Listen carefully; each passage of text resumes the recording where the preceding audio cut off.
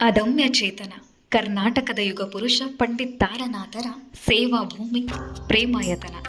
ರಾಯಚೂರನ್ನ ಬಿಟ್ಟು ಬಂದ ನಂತರ ತಾರನಾಥರು ತುಂಗಭದ್ರಾ ರೈಲ್ವೆ ಸ್ಟೇಷನ್ ಬಳಿ ಇರುವ ರಾಂಪುರದ ಹಳ್ಳಿಯಲ್ಲಿ ನೆಲೆಸಿದರು. ಹಳ್ಳಿಯ ಹೊರವಲಯದಲ್ಲಿ ಪಾಳು ಬಿದ್ದ ಶ್ರೀ ರಾಮಲಿಂಗೇಶ್ವರ ದೇವಸ್ಥಾನದಲ್ಲಿ ಅವರು ಇರತೊಡಗಿದರು.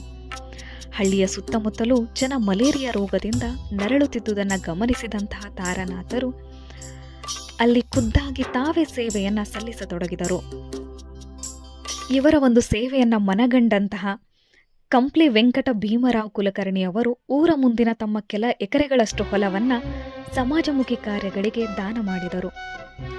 ಈ ಹೊಲದಲ್ಲಿಯೇ ತಾರನಾಥರ ಗುಡಿಸಲುಗಳು ಮೇಲೆದ್ದವು. ಅದಕ್ಕೆ ತಾರನಾಥರು ಪ್ರೇಮಾಯತನ ಎಂದು ಕರೆದರು. ಮೊದಲಿಗೆ ಈ ಆಶ್ರಮ ಕೇವಲ ಆಧ್ಯಾತ್ಮ ಸಾಧಕರಿಗೆ ಮತ್ತು ಬ್ರಹ್ಮಚಾರಿಗಳಿಗೆ ಯೋಗ ಸಾಧನೆಗೆಂದೇ ನಿರ್ಮಿಸಲಾಗಿತ್ತು. ನಂತರ ಅದರ ರೂಪುರೇಷೆಗಳು ಬದಲಾಗಿ ಆಧ್ಯಾತ್ಮ, ಆಯುರ್ವೇದ, ಸಮಾಜ ಸೇವೆ, ಸಂಗೀತ, ರಂಗಕಲೆ ಮುಂತಾದ ವಿದ್ಯೆಗಳ ಕೇಂದ್ರವಾಯಿತು. ಜ್ಞಾನದಾಹದಿಂದ ಬಂದ ಶಿಷ್ಯಂದಿರಿಗೆ ಜ್ಞಾನ ದಾಸೋಹವಾದರು. ತಮ್ಮಲ್ಲಿ ಬರುವ ರೋಗಿಗಳಿಗೆ ತಾರನಾಥರು ಉಚಿತ ಊಟ, ವಸತಿ ಸೌಕರ್ಯವನ್ನು ಕಲ್ಪಿಸಿದರು. ಗುಡಿಸಲುಗಳು ಜ್ಞಾನ ದೇಗುಲಗಳಾದವು. ಪ್ರೇಮ ವಿದ್ಯಾಪೀಠ ಎನ್ನುವ ಆಯುರ್ವೇದ ಕಾಲೇಜನ್ನು 1921ರಲ್ಲಿ ತಾರನಾಥರು ಪ್ರಾರಂಭಿಸಿದರು.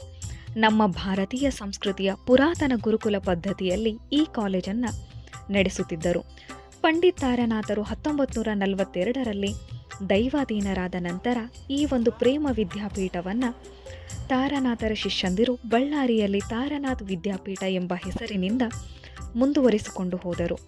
ಮುಂದೆ 1976ರಲ್ಲಿ ಕರ್ನಾಟಕ ಸರ್ಕಾರವು ಇದನ್ನು ಸುಪರ್ದಿಗೆ ತೆಗೆದುಕೊಂಡಿತು. ಅದುವೇ ಪಂಡಿತ್ ತಾರನಾಥ್ ಸರ್ಕಾರಿ ಆಯುರ್ವೇದ ವೈದ್ಯಕೀಯ ಮಹಾವಿದ್ಯಾಲಯವಾಗಿ ಬಳ್ಳಾರಿಯಲ್ಲಿ ಯಶಸ್ವಿಯಾಗಿ ಮುಂದುವರಿಯುತ್ತಿದೆ.